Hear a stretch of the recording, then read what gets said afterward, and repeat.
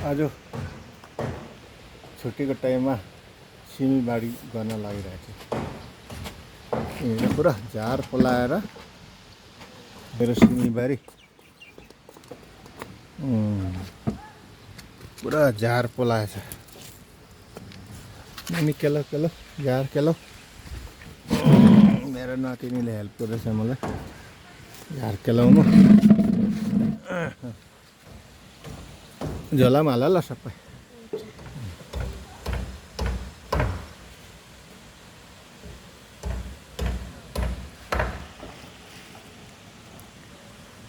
झारले न त मल खाइहाल्दछ, अन्त सिमी राम्रो आउनु पाउँदैन।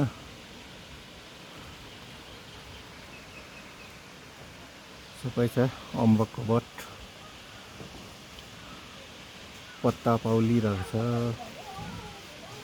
त्यो मेरो नातिनीले झोलामा एकदम झोला भरिसक्यो।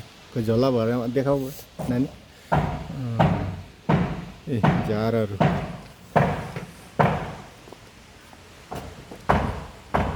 मजाले फुल्नु लागेको छ अब।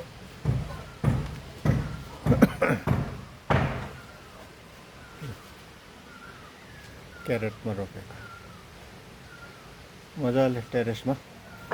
यसरी बारी छैन भने टेरेसमा रोपेर नि हामीले केही सब्जी त खान सक्छौँ। थुप्रो छ मेरो